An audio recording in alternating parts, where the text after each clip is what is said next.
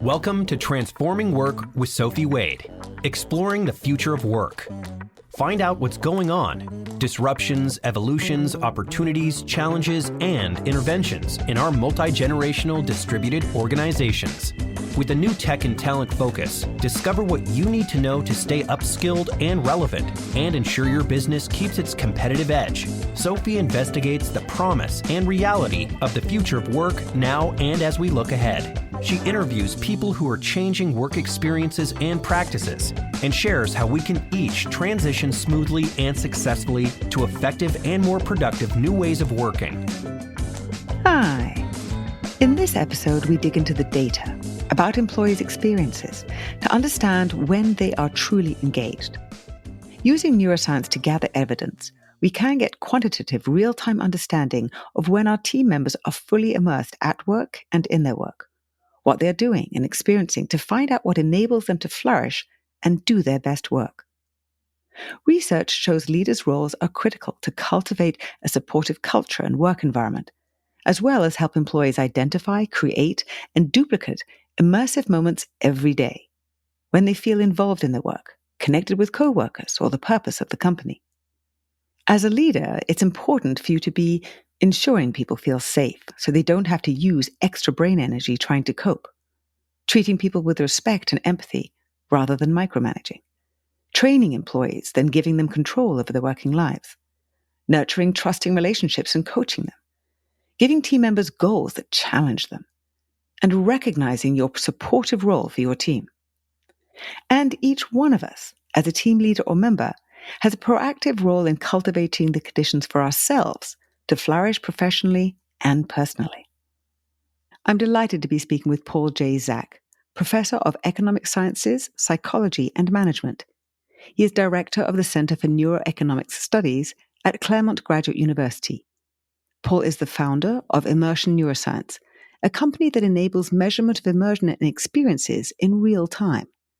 Paul is the author of several books, including Immersion, The Trust Factor, and The Moral Molecule. Hi, Paul. How are you? Hi, Sophie. I'm fabulous. How are you? All the better for being here and talking with you, having quoted you so many times in books, in articles, whatever it might be. You studied maths and economics. Why? Yeah, so I have a PhD in economics, but postgraduate training and undergraduate in mathematical biology and in neuroscience. And so I'm a Martian. I'm just trying to figure out what these crazy species called humans are doing.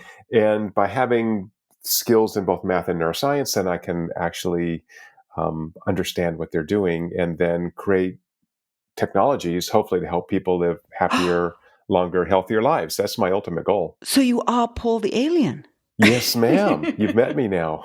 I'm hiding my antennae. One of my favorite movies. Oh, my gosh. So mathematical biology, please. Yeah, so really modeling how organisms interact with each other, and particularly dynamically. Okay. And I think that's the key. And so when I started doing research in my lab about 20 some years ago, we really focused on good behaviors. So I think the bad behaviors are easy to study in the lab. They're outstanding, violence, fear. But why are we nice to each other? I mean, basically, why do we actually cooperate at work? Why do we help each other when no one's looking? Those really seem to be like the core part of human nature that was so interesting. So that's how we got into kind of studying why people are ever good when no one's watching.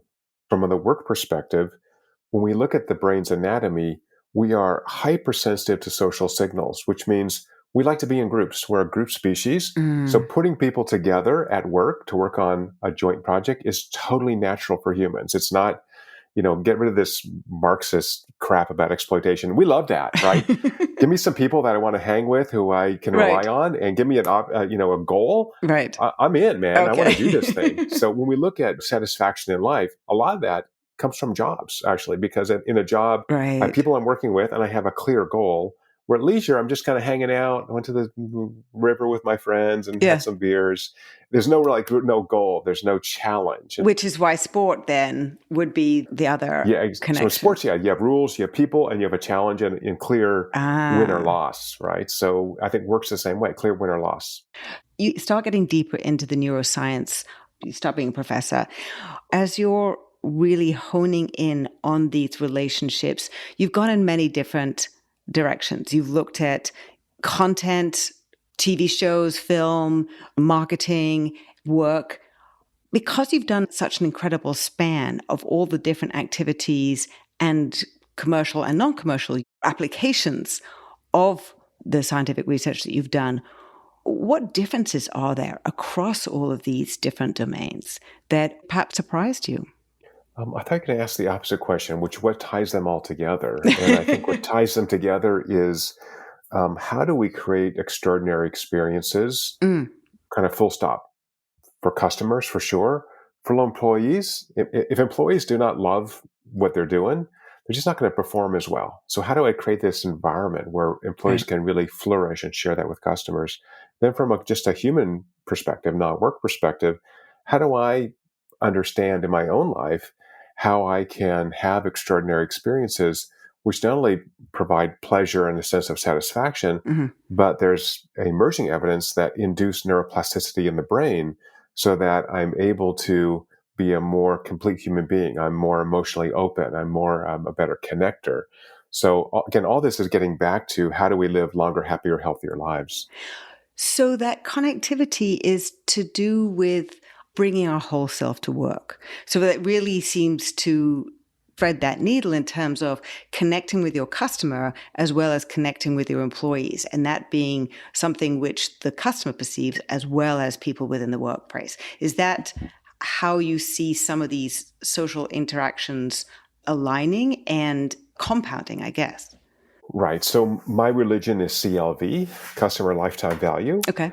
So I want to delight that customer so much that he or she not only say spends more, but becomes an evangelist, right? Becomes a Right. loyal customer for my company.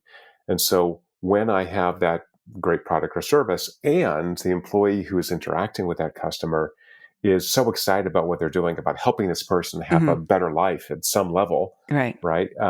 Then you actually have the sort of double whammy, which is it's a great product or service, and the interaction I had that led me to purchase it was so wonderful. So, it's easy to take shots at companies that, um, uh, are the kind of lowest common denominator, or the Hmm. most discounty ones. So, Walmart. Now, I love Walmart. I think it's the most democratic place ever. And by the way, when I go to Walmart and I ask them, this is new in the last couple of years, hey, where are the pickles? Just like at Trader Joe's and Whole Foods, they stop, that stalker stops, and Mm, they walk me to the aisle and to that section in the aisle, okay. right? So why is Walmart doing that? Because they're so wonderful and sweet people? No, because they've realized, oh, I actually can create a loyal customer. I can Hmm. drive up that CLV if I do just a little bit more Right. customer service. And then what happens when I, the customer, find the pickles? I'm like, oh, thank you so much. It was so kind of you to walk over to me. Oh, now that employee also feels great. Hey, I actually wasn't just stocking shelves all day. I interacted with someone who was grateful, or at least some of those people are going to be grateful to Hmm. me, and that makes my job better as a social creature. So it all comes down to the kind of social connection, and if we're getting enough of it, and what kind. I will say that I don't own a car. I rent cars instead. You mentioned enterprise in your book, The Trust Factor, and I've had so many of exactly those positive experiences. They're always helping, thoughtful. Can I help you? Such comparison to other rental car services that I always want to rent with enterprise. And they're getting a free promo from you right now, Yeah, right? What's better? exactly. CLV is high. Let's go to some of the core challenges on the employee side and what changes the dynamics of employee. Many times, as I've said, I've quoted the trust 8-page piece that you did in HBR. And it was fascinating to me because the original focus of that research was what affects employee engagement. And you found that it was really about trust. And the range of factors was very interesting. Some of them were pretty obvious to me because I've been doing work focused on empathy. There were other pieces like recognition and how that recognition best happens. I'd love you to explain how you got into this research on trust and the key things that you were finding, because then you wrote a whole book about it, which is such fascinating work. Yeah, wonderful question. So let's level set Hmm. in the beginning. First is it's long been said, and it's true, that the war for talent is over and talent is won. So if we look at birth rates in almost all the developed world and much of the developing world, they're well below replacement fertility, right? There's not Yeah. enough babies anymore. Yeah. So if you have employees, you want to keep them working, you want to keep them satisfied with their jobs, you want to keep them emotionally fit, you want to make sure they have personal and professional development. All those things are going to keep them either in the workforce or in your job, your a company, or not working for somebody else. So we've really got to take care of these wonderful human beings who are working. So that's the first thing. I got into trust because I really worried about how we create cultures. So I'm old enough, Sophie, that I've had the yelling boss.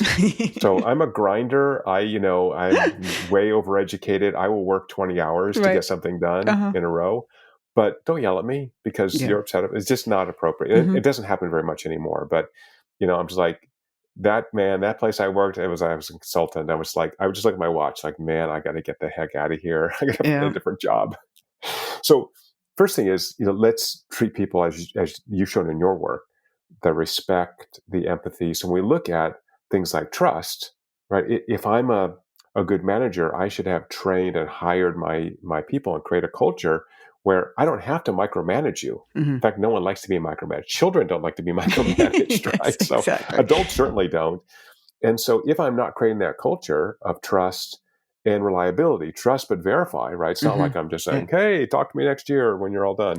It's really much more, as you know from my books, much more of a coaching model that seems to be the kind of optimal way. So I'm giving you long and short-term goals. I'm meeting with you every day. We're doing daily huddles.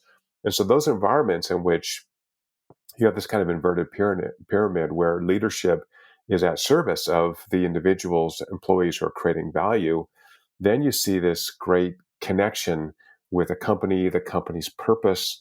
And so trust is part of that. So if you think of company culture broadly understood, that's a giant notion. And the question is, which parts of culture are most influential at improving company performance? And trust is a big part of that. We look at those aspects of culture. And one of the precursors of trust is psychological safety. So again, if you, like me, have this yelling boss or someone who's, I don't know, inconsistent or whatever that is, it's very hard as an employee to know, should I go left or right? I mean, what's happening here? So what we found is that if I can establish this environment of psychological safety where I'm comfortable, I can speak my mind, I'm not burning a lot of, again, I'm always going to go to the neuroscience, I'm not burning a lot of neurologic energy trying to figure out which mask I'm supposed to wear today to make sure my boss isn't pissed at me or whatever it is. And so if I'm doing that, then I'm like, I can just be myself at work, right? So I think one of the great things of COVID is not only working at home, but I can just wear a t-shirt. It's fine. You're aware. My dog barks. It's okay. It's that's very human. And I think we really got to that as opposed to wearing a tie and blah, blah, blah, which feels very much, again, like wearing a mask to me. So once we recognize that these human beings have personal lives, they have emotions. One of the key findings from neuroscience is that people will be inconsistent, including ourselves, for reasons that we're not even aware of, unconsciously. I haven't slept well, or I don't know, my dog died, or whatever, or I don't know, almost got in a car accident on the way to work. I'm going to be cranky.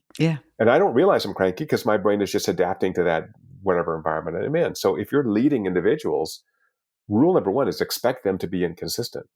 It's okay, right? And you're also inconsistent. So people treat you weirdly, reflect and go, well, maybe I was kind of a jerk today. I had a fight with my spouse and I took that into the office. I brought that in, But conversely, if we can create an environment where employees have this real sense of mission, they're connected to the purpose of the organization, they're working in an environment where they really can flourish professionally, then when they come home, as you know from the HBO article, when they go home, they actually are more satisfied with their lives outside of work because I'm not getting beat up at work.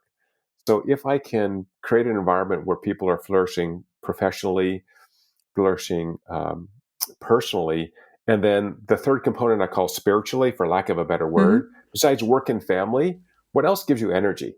So I created this thing called the Whole Person Review, which is forward-looking. Let's every year review where you want to go. And if we are creating an environment for you to flourish in those three domains, and again, spiritually could be I want to volunteer at my kid's school once a month. If that's important to you and you're a high performing employee, I would say, yeah, let's do that. Mm-hmm. Right. And some of the great businesses that we both know will actually pay you. They'll give Mm-hmm. you ING Bank is one of those. They'll give you a day a month on the clock Right. to be out of the office doing something that's important to you. Why would you do that? Because they're so sweet and wonderful? No, because they realize this is part of their sustainability program. So they want to sustain their business, which means I've got to have those high performers growing in this very broad sense. Sorry, that was a super long answer to a super short question. Redirect me. That was wonderful. I speak and write often about the fact that we have a tight overall global labor market, and yet there are many employers in the US who don't see talent as winning. They are looking at the fact that in an uncertain economic environment, they have more leeway to lay people off. Now, the tension about hybrid work seems to have finally eased off, and we're focused more on how we work and focusing more on creating the right environments and focusing on the getting work done more effectively. But trust is such a core piece of that for all the reasons you were just talking about, and yet there seems to be a huge deficit there. Why do you think that is, I guess? Because so many of the things you say do seem quite obvious. Look after people, but we know that we haven't been doing that in the past, and the yelling boss, they may not be yelling anymore, but they're still not doing what they could do to treat people with respect and showing that they value them, leading to much worse results and outcomes and retention and all those other things than is certainly achievable. It is. So if we look at the underlying neurologic systems that identify whether I want to trust you or not, those are almost identical to the systems for empathy. Mm-hmm. So if I understand an employee as a leader, and I understand my least favorite phrase in the world is human capital. You're not human capital, you're a human being. So I recognize you as a full human being. Again, you have emotions, you have a personal life. Hopefully you love what you do here and you feel like you're fairly compensated and you're excited about how we improve our customers' lives. If I recognize all of that, then I'm going to be much more of a guide or a coach and less of a top-down micromanager. So once I realize that, then again, I have to have this empathy and tolerance for the kind of weirdness of human beings. So again, for reasons that we're not even aware of generally, I, a leader, am going to behave badly sometimes, or just behave weirdly or unusually, and my employees will too. And that's where I think that one-on-one is important. So I think the hybrid work is great, gives you more autonomy and reduces the likelihood of this kind of micromanaging. I still want to have goals. Right. Like every day. I love the daily huddle, by the way. All my companies have always had daily huddles. I think it's great to get all on the same page. And I like to do the stand-up daily huddle. And I always just ask 3 questions. What did you do yesterday? What's your plan today? How can I help you reach that plan? That's it, right? And for employees who know what they're doing, they've been there a long time, they're like, yeah, here's what I did. Here's my plan. I'm good. I'm like, okay, call me if you need me or whatever. Right. So we can do that remotely, but in person, you can do a little more one-on-one. So building that empathy and that trust and that understanding is easier because I'm going to get more bandwidth neurologically if I can see you and see your body language and see your expression better. And so I do think we need to be in the office, a couple days a week if possible. I mean, again, we have a lot of distributed teams, so that's not possible. But from a leader perspective, if you're organizing people or leading people in different physical locations, you need to see those people. You need to be on the road, right? If you have 5 offices or, shared work centers or whatever that is, either you need to bring those people in or you need to go out and see them in person. It's really important. It's a relationship, right? If you didn't see your spouse other than every 6 months, the quality of that relationship will decline. It's inevitable. So I think of the same thing again, from a neurologic perspective, leading a team or being a team member is a lot about building relationships. And that's why we become friends with people we work with. And by the way, for leaders, you can take your team out for happy hour or pizza or whatever. We understand that you're writing the checks, right? It's no big deal.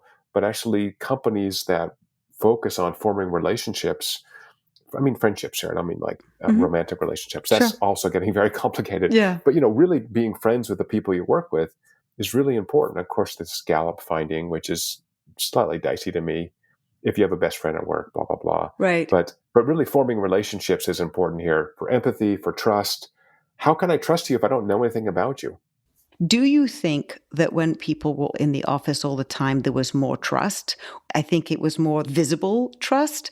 I could see you, therefore I could trust that you were doing your work, but the trust actually wasn't there. And therefore, the lack of trust has been shown up with a much more distributed work environment. And therefore, now that trust is so important to build because we're working in very different ways. So that's one question, what you think about that. And the second piece of it is neurologically, and I don't know whether you have done the research yet, to do with building trust, to do with building relationships. And that also goes to collaboration, psychological safety. As we become more attuned and more familiar with working in distributed environments, working as a distributed team, as there are successful teams, successful companies that are fully distributed, and younger employees are growing up, snapping all the time.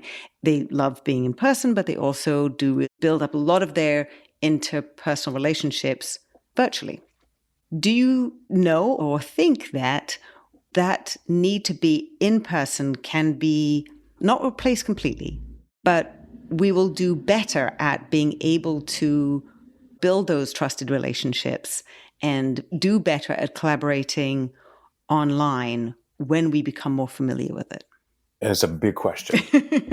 So what we find in the data, so we have very interesting data on how effectively people are working neurologically. So we have an app. It measures your emotional fitness. Are you getting value from this experience or not? I call that network immersion. And what we're seeing now in these data is that individuals who by personality prefer more quiet time, like introverts, tend to prefer remote work more than people who are more social. So I'm an introvert. And when I go into the office, I have so much fun. Like, oh my gosh, there are people around me. And even though I might be tired by the end of the day because I've interacted so much, it's really a joy.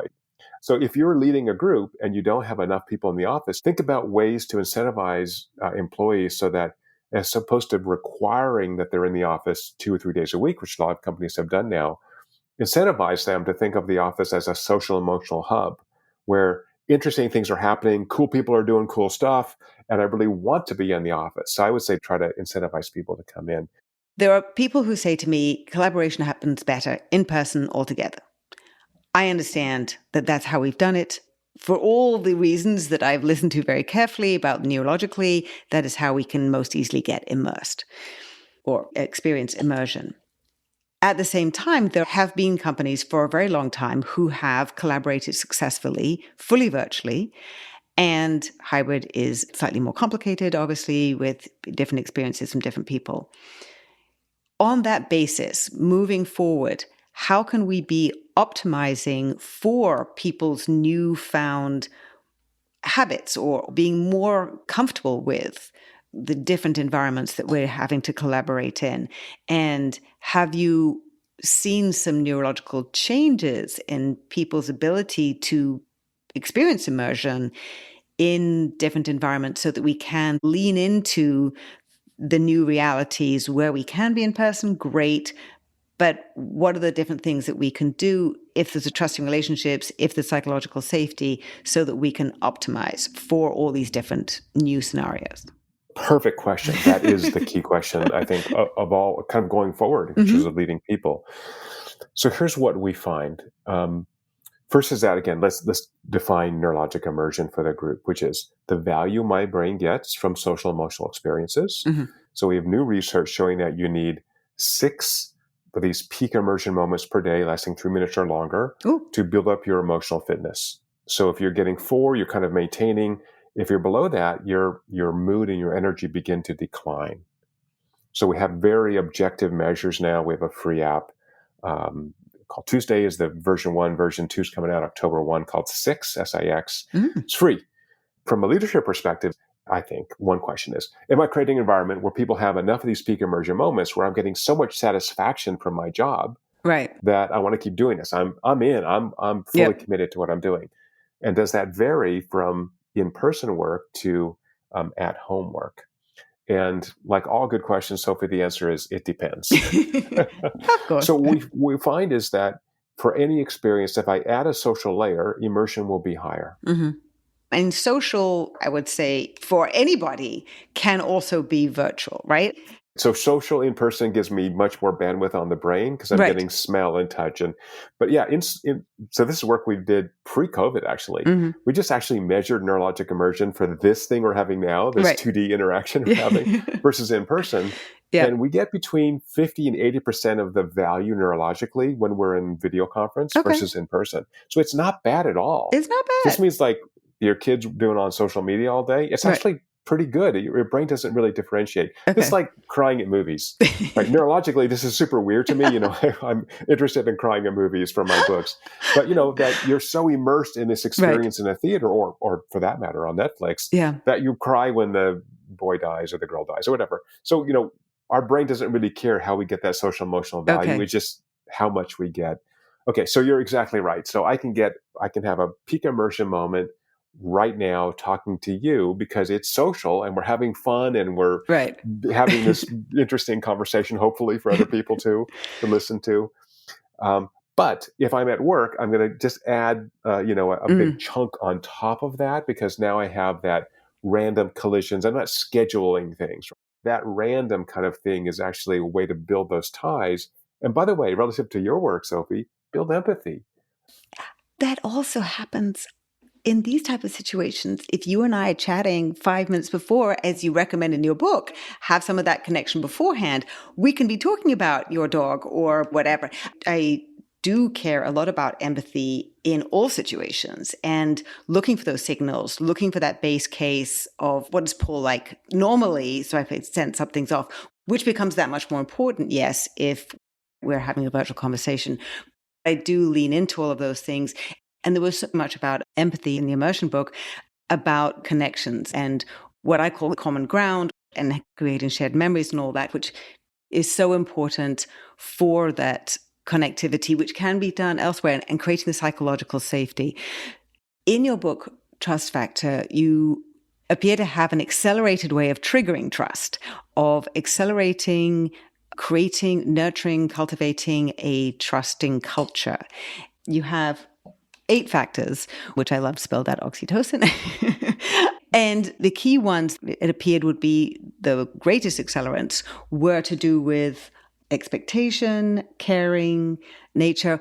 How do you create the psychological safety? How much do those relate to psychological safety, as obviously caring does, which can be both in person and in a hybrid or virtual environment? Because that seems to be what we have been lacking a lot of, and where I think many companies could do well to focus some of their attention.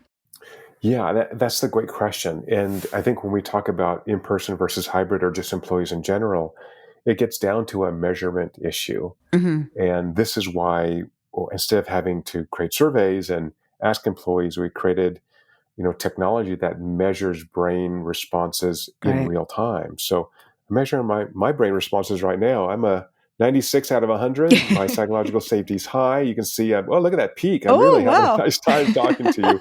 So this is a tool that employees can use to manage their own emotional fitness. And then from the leadership perspective, having a neurologic measure of psychological safety, and a measure of, are my employees really investing the metabolic energy to really be fully on and getting that satisfaction of doing something difficult but important. So then I can think about creating an environment. So there's a lot of variation across businesses. So you mentioned enterprise, rent-a-car. So enterprise, when their offices get over about 20 people, they split them out and make a new office. They want to have these people really get to know each other, have a tight team. And there's lots of evidence in human literature and animals too, that around 15 is the most that primates can kind of keep track of. Right. right? So once I get over 15 or 20 people, I'm losing names. My lab maxed out at 37 people at one point, Okay. and which is a big lab. And I realized I didn't know everyone's names. Like, Oh. I had layers of people helping me, Uh-huh. admin people. I'm like, actually, this guy's been in the lab for 6 months. I have no idea what his name is. So Okay. that's bad in a way, Yeah, right? It's yeah. almost too Mhm. big. Then I'm not really. Now he had other people managing him, but Sure. okay. So am I creating an environment where people are really flourishing at work, outside of work? Am I creating this environment of psychological safety where people are sufficiently comfortable? They have the brain bandwidth to be Mhm. fully in on the tasks they're Right. doing. What is, as you said, the leverage point earlier?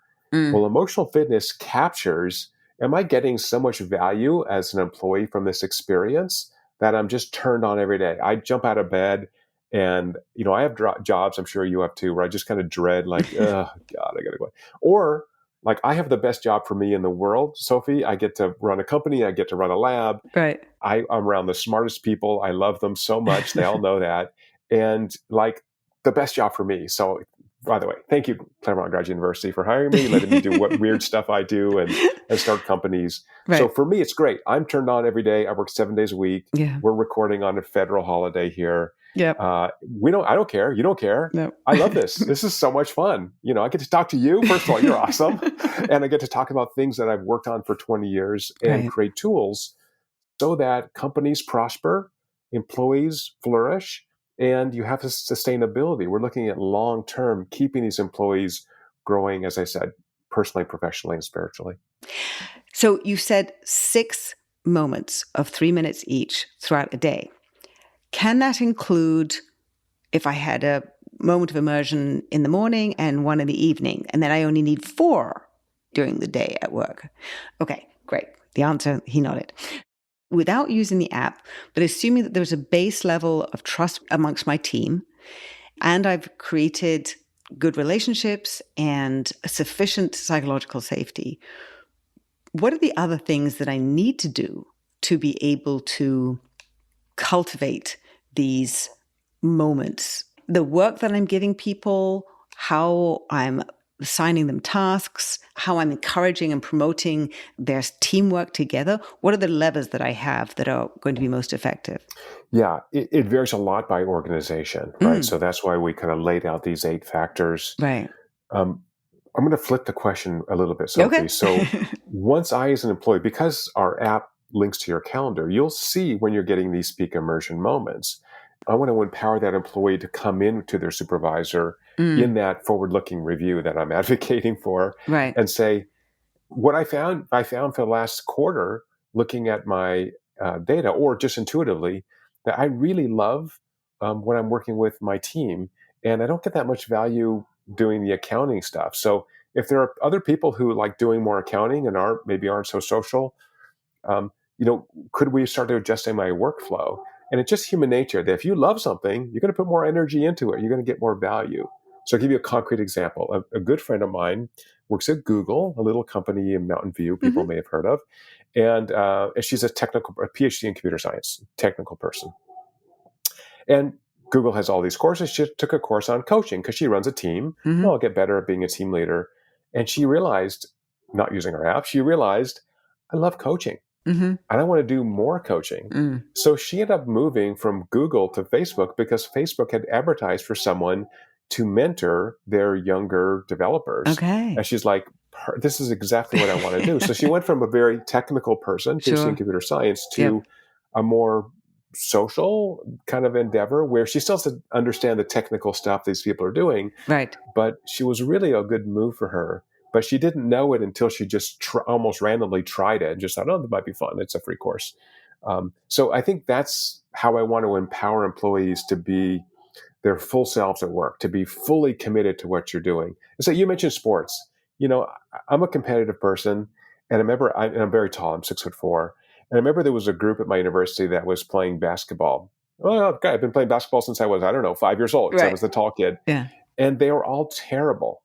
And I want to win. I play hard. It's fun to play hard, right? Yeah. And I realized one of these older professors, I almost knocked him out. I hit him in the elbow, and I'm like, oh my God, I'll Oops. never get tenure here if I kill one of these old guys.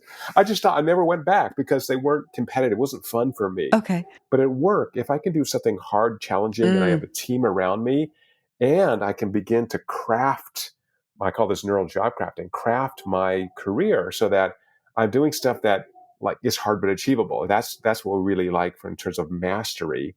And then once I've mastered that, then I'm like, okay, well, give me some new challenge. Right.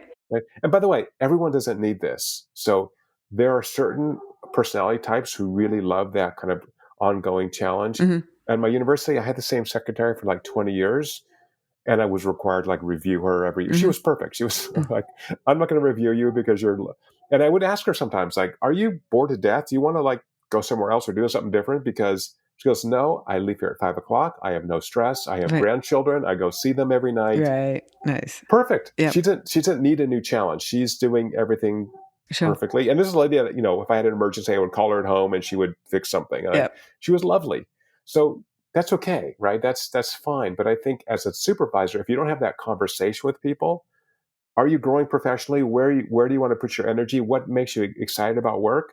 I don't want to let that go. I don't want to lead by hoping that people will just be, engaged enough, particularly for young people. You've written a lot about millennials and Gen Z and these individuals. For young people, they really want professional development. So I would invest in that.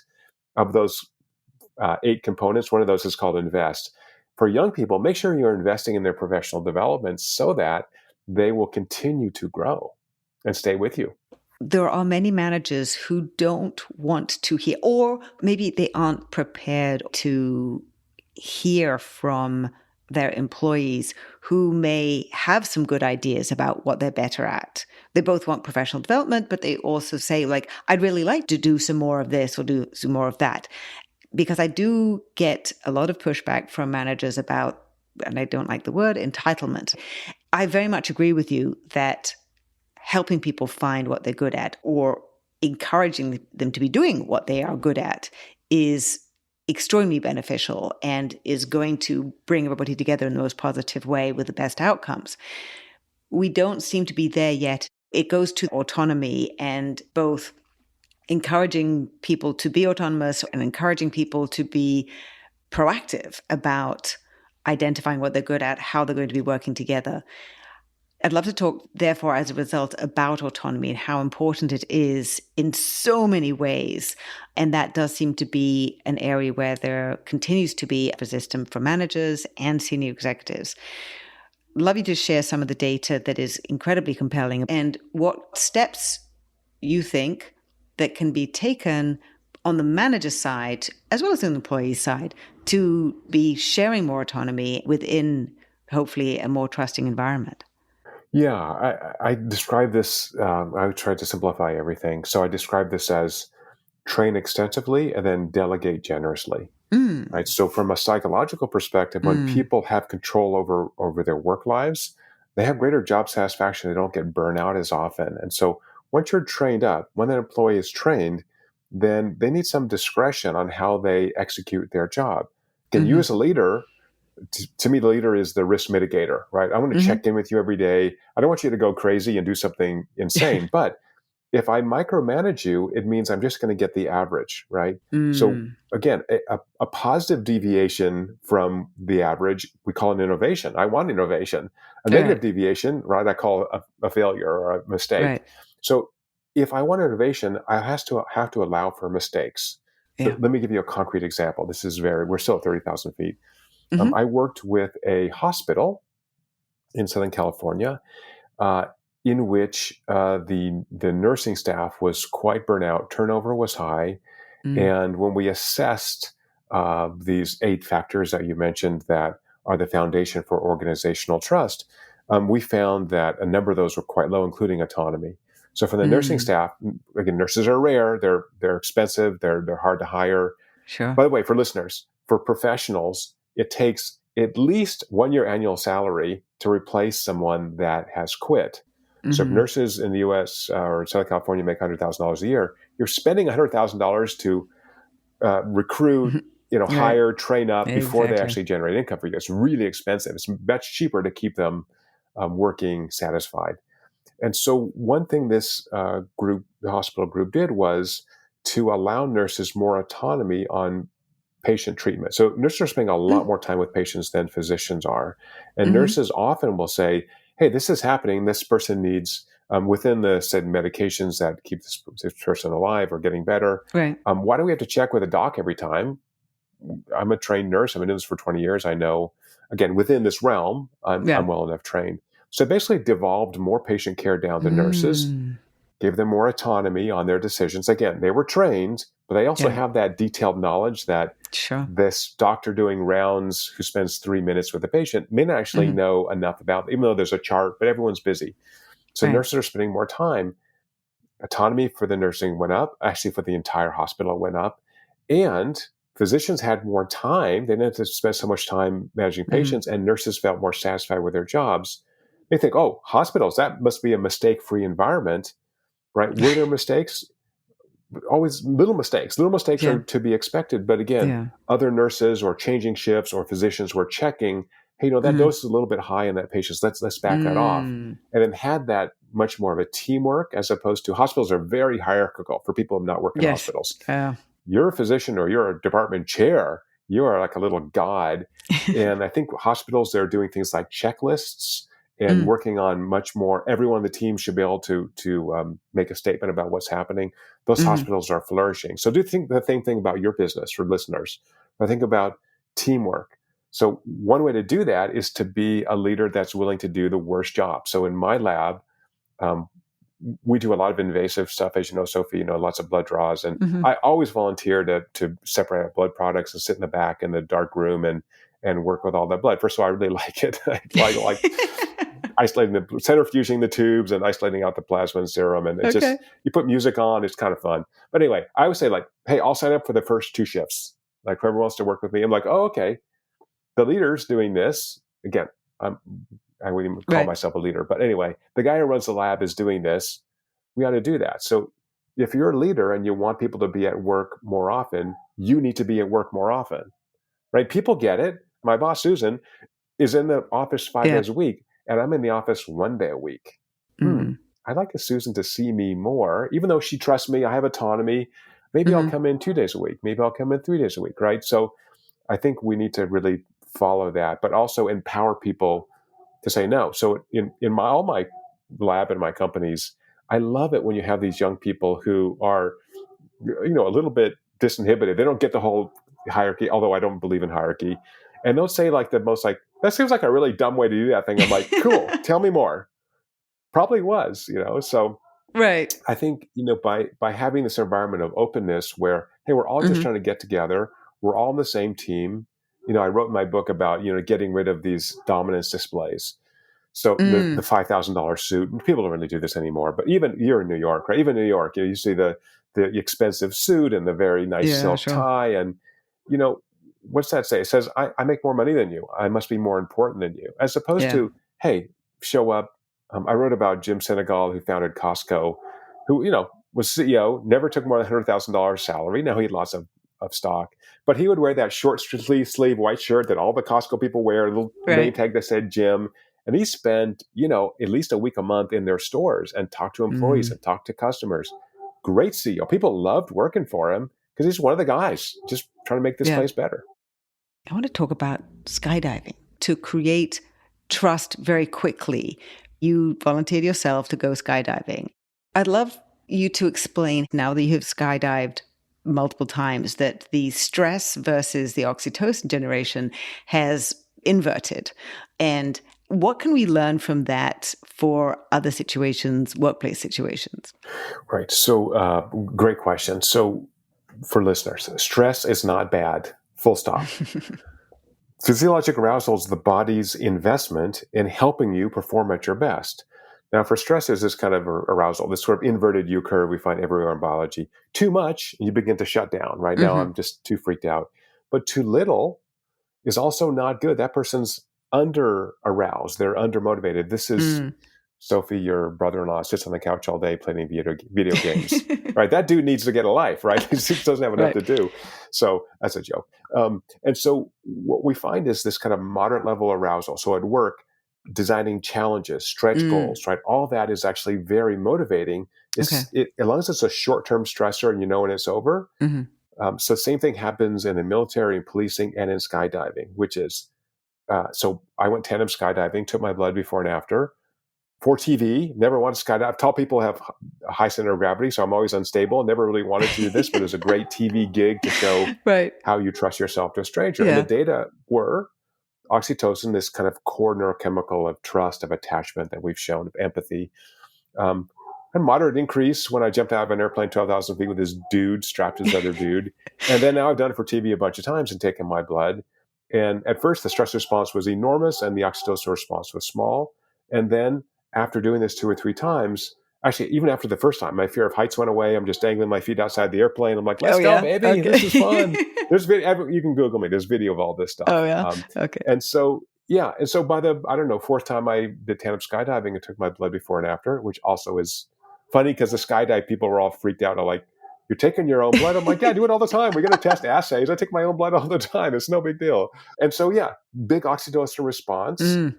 Moderate stress response. Stress is, again, this investment in making sure I do this right. You have to get in the right position, as you know, and you don't want to, be flopping around in there and get hurt.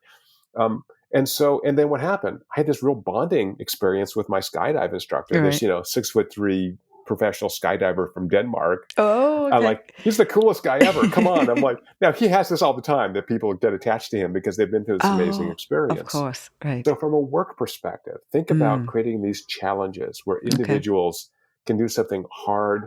They got to put a lot of effort in, but at the end, you're like, oh my God, I really did this. Like, we pulled it off. Like, how did we do this? We took on this project for a client and we never thought we could finish this in time, and we did it, So if you can begin to think, not every week, right? That's exhausting, but you can think about designing these challenges where individuals really are able to perform at their best and have that ex post, satisfaction, like, holy crap, we did this. Right. So it's really an amazing thing. So I do recommend skydiving as the most life-affirming thing you can do to volitionally step out of an airplane at 12,000 feet. Right.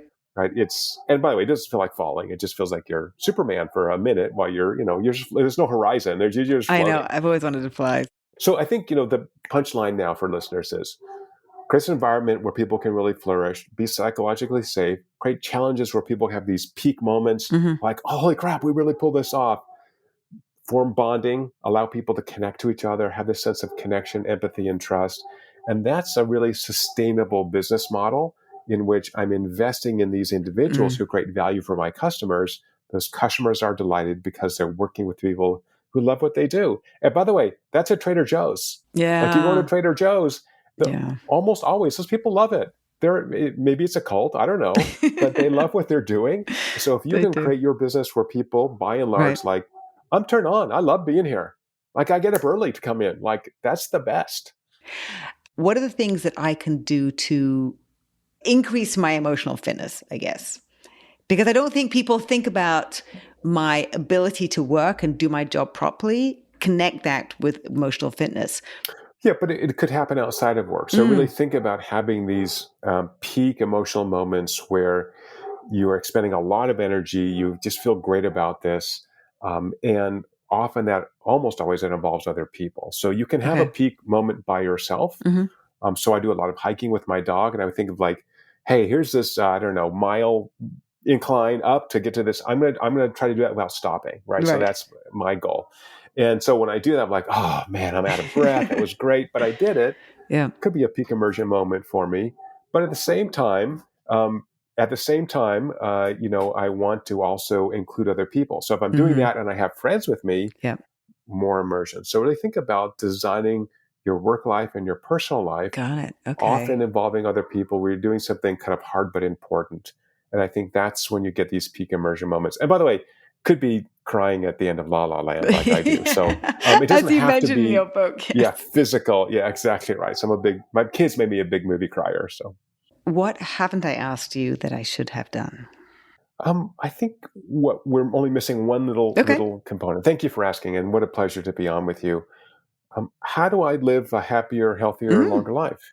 And what we've shown is that when people are emotionally fit, they're engaged in life, they're expending energy, they're turned on every day. And so, as we said, if you can find those things in which people are excited you yourself are doing that. You build up your emotional fitness, your resilience, you're building your social group because you're getting more value from those interactions with people who build you up, who are doing cool things with you. And that emotional fitness motivates people to exercise more often, to eat better, to sleep better.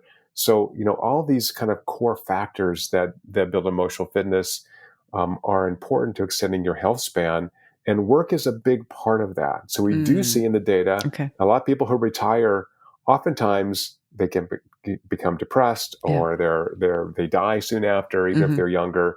So really think about, even if you're retired, think about this kind of, what's my purpose now? If I'm retired or semi-retired, or if I'm in my job or I'm young, what gives me energy? What is the best part of my day? And for me, it's talking to people like you, it's creating technology, it's running experiments. And so I've optimized my life. By the way, I'm a big believer in the do not do list. Okay, what's that? So when you find those things that you love doing, you should invest more of your time and energy into those things, which means you've got to say no to other things. Okay. So I'm really good at saying no to lots of things that I'm just like, it could be okay. But actually, I know, because I know myself, because I'm old enough now, I need more time to write books and to run experiments and develop technology. I love that stuff. I love the people I do it with. Right. And, so I'm going to Korea next week to give a talk. And I have a friend also speaking at the same conference, and he wants to go to the DMZ. And I'm going to have a whole bunch of meetings in Seoul. I'm going to tour around Seoul. I'm like, the DMZ will be fun to see, but just knowing me, I'd much rather spend my time meeting 12 interesting people in Seoul and having dinners than taking a whole day to drive out to the middle of nowhere and seeing a gate. I mean, it's just, he's a really good friend and I like him, and it was hard to say no, but I'm like, nah, I'm going to have meetings with humans. Right. Paul, thank you so much. I could talk to you for so long, but I also have other books of yours that I can read so I can get some of that. But thank you for your time and everything you shared and all the research that you do, because it is so fascinating. You continue to do so much that is elevating our game, which we really need in today's difficult environment, and helping people connect better and have more empathy for each other and great psychological safety. So really appreciate it. Thank you so much, Sophie. And you gave me some peak immersion moments already. So, my day's off to a great start. Thank you. Fantastic. Thanks so much again to Paul J. Zak, Professor and Director of the Center for Neuroeconomics Studies at Claremont Graduate University. He is also founder of Immersion Neuroscience. You can find out more about Paul on LinkedIn, as well as go to his immersion company website at getimmersion.com. Paul's books are widely available: Immersion, The Trust Factor, and The Moral Molecule. Immediate action tip. For a longer, happier life, invest time in things that excite and engage you to build up emotional fitness and resilience. Emotional fitness motivates people to exercise more, eat and sleep better, which improves health and extends lifespan. If you are finding the new business and work environment hard to navigate, reach out for executive mentorship as well as effective empathy-centered programs to enable multi-generational distributed leaders, managers, and teams to up-level rapidly for modern work and be ready for whatever lies ahead. If you enjoyed this episode, please share it with a friend and like it. You can also write a quick review wherever you listen. For regular video updates, curated, useful articles, research, and information, follow me on LinkedIn and sign up for my Work in Progress newsletter there. Thanks for listening. Until next time.